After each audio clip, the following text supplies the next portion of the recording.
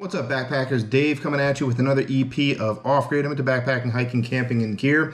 And if you're new to the channel, welcome on in. I've got my first ever long-term review that I'm going to provide for you on this video. And the first one that I chose to do is going to be the Sea to Summit Etherite XT non-insulated. And my version is the long and mummy cut. So just like a first impression video, I'm going to be doing kind of like a recap of all the good stuff, you know, really quick rundown of the tech specs, the pros and cons, why I decided to pick it up. And at the end here, I'm going to say like what I would recommend as far as like what I would tweak about the pad. So let's just dive right into it. So why did I decide to pick up this pad? Let's start there. So the first ever warmer weather pad that I decided to get, or one that really doesn't have that much R value for those warmer weather trips, was the Trekology UL version. I don't think they sell it anymore. The option that they have right now is about 6 to 8 ounces heavier.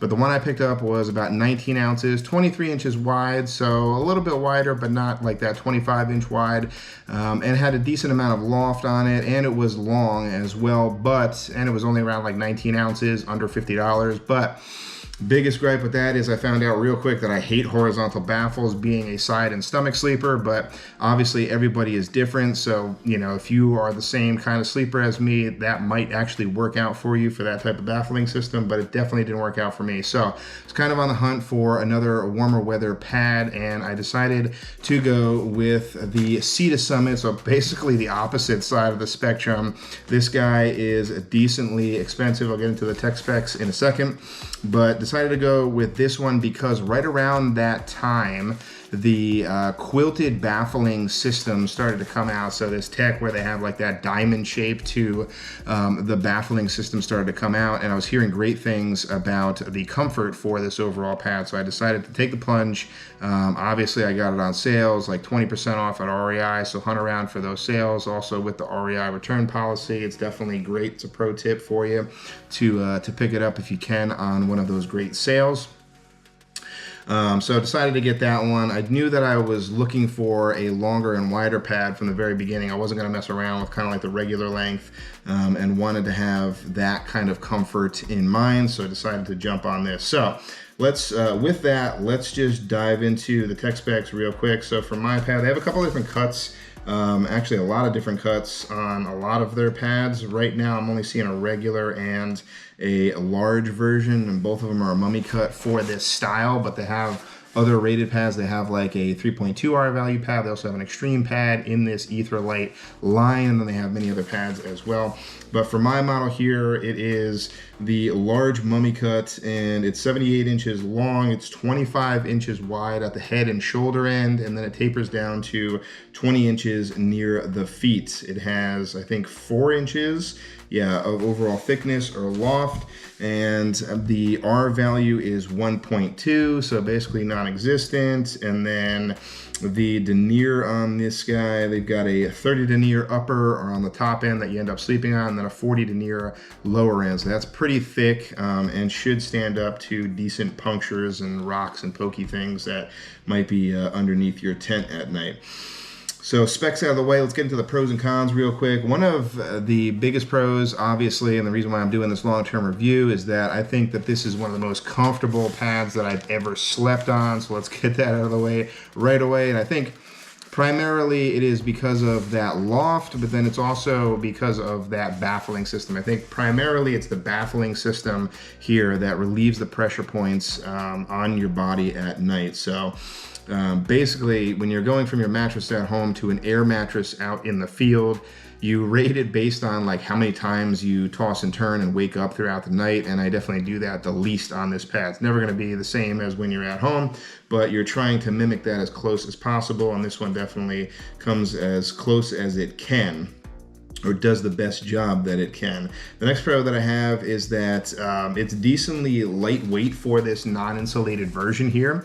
So this one on my scale I think comes in without the pump sack, which also is a storage sack, at about 16.4 ounces, right around that 16.5 ounce mark. With the pump slash storage sack, I think that adds another ounce to ounce and a half to the overall weight, which is still pretty lightweight. It's not the lightest. I've since also picked up another pad, which I've yet to try out, which is the XT pad, which is about 3 ounces lighter than this version at the same R value, but I'm kind of worrying whether or not that's going to be as comfortable as this one, because this one is ridiculously comfortable. Next pro that I have is that I really enjoy the type of cut that this is.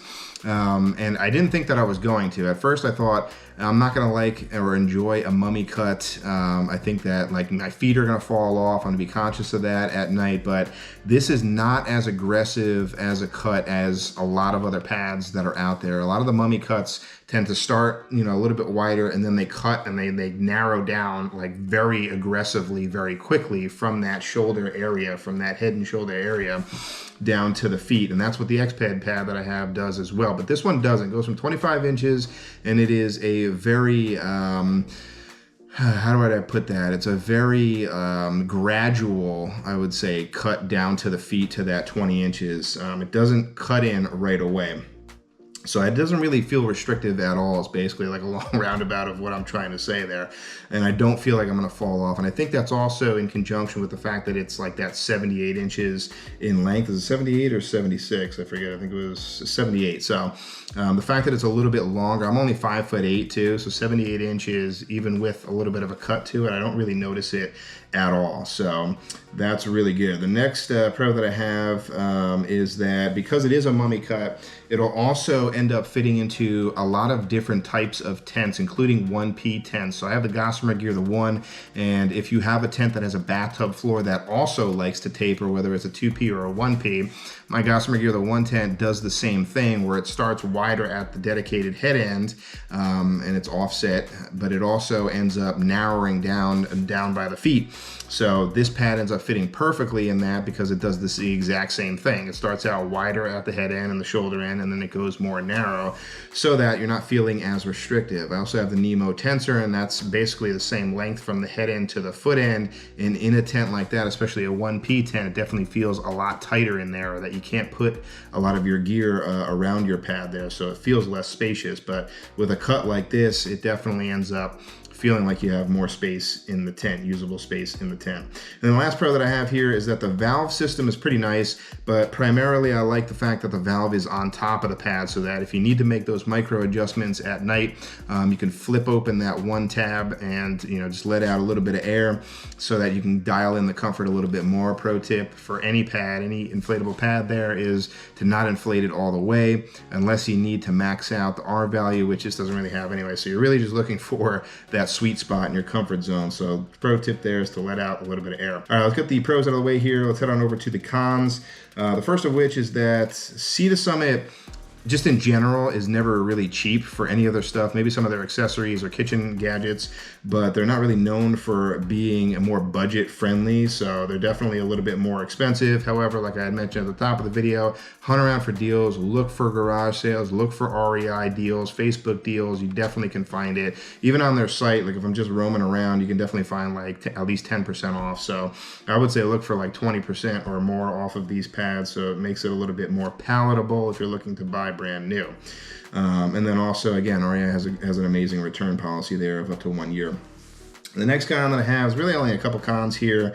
The next and last would be is that I'm not a fan of their pump sack slash storage sack, and I don't think I've ever used it in the field. So when I did my initial review on this guy, I demonstrated how to pump it up, and I think it ended up taking anywhere from like 7 to 9 bagfuls because the bag is a little bit smaller to fill up the pad. So I don't think I would ever carry that. I usually end up carrying my Gigapump with this pad, or I would, you know, honestly, I'd prefer to just blow it up, you know, just by mouth, because it's just, I'm not a fan of storage stacks when it comes to your sleeping pad, unless, you know, you're foregoing a pump and the pump sack is actually decent, which this one isn't. So I commend them for trying to do that combo deal of making it a storage sack as well as a pump sack, but it's just not big enough. It's not large enough to work efficiently enough. So for me, it's not even worth the ounce and a half to bring on a trip, because I would get more frustrated using it. So yeah, I would just forego that if you're using this pad. Go for the weight savings anyway, which is kind of what you're going for with this, and get rid of that pump sack / storage sack. All right. Let's round this one out here and say, what would I recommend or what would I change? So, you know, if I was sitting on the Sea to Summit board here and I would say, all right, you're making a great pad here, but let's just tweak a few things here. It's really, I think, a couple of different things. I'm always weight conscious. I'm always these days like thinking about like, how can I shave weight but also be as comfortable as possible? First thing that I would do here is I like the fact that they use the 30 and 40D for their materials, but I think they can go thinner. I don't think, I mean, obviously this is made more so to last. It's going to be more durable throughout the years, but slept on plenty of pads that were only like 20D on both the top and the bottom, and I think you can get away with that no problem. I wouldn't go any lower than that, but by getting the denier down a little bit here and either doing, you know, a 20D top and a 30D bottom, or both 20D for the top and bottom, you can definitely save a bunch of weight there. And then the other thing that I would change here is I don't think you need 4 inches of loft on a pad, particularly if it's like non-insulated. I don't think you need to go up quite that high. I've slept on pads that are as low as like 3 inches, so I'd recommend 3 to 3.5 inches for this pad. Being a side and stomach sleeper, you're still not going to bottom out at that. Anything below 3 inches I'd be weary of, but the next recommendation that I would say is get this down to about 3 to 3.5 inches in overall loft, and then basically like don't change anything else. I like pretty much everything else about this thing. Uber super comfortable with their baffling system, and you know, I think if they just shaved another like 2 to 3 ounces off of this pad, then it would be a serious contender for like, you know, one of the most popular UL options if it isn't already. But that's going to do it for my first ever longer term review. I had plenty of nights out in the field on this guy already. I'm definitely still never going to kick this to the curb.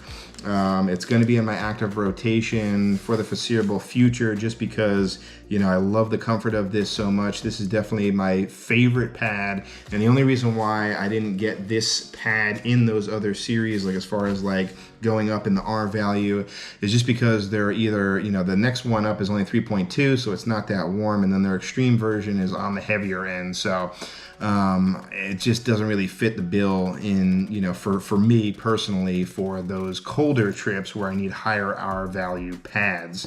But for warmer weather, definitely give this one a look if you haven't already.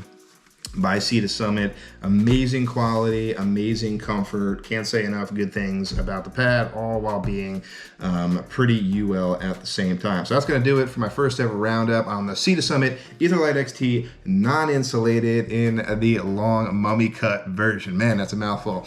But let me know your thoughts in the comments down below. I want to hear all about it, and what kind of warmer weather pad you like to take out on those warmer trips. But yeah, let's get that discussion going. Let's talk about it, and let's give me some ideas if I haven't already thought of some to try out in the field. So I'm always looking for new ideas. But that's going to do it for me on this one, guys. Thanks so much for watching this week. And remember, if you're headed off grid, make sure you do research and make it a safe one. And I'll catch you on the next one.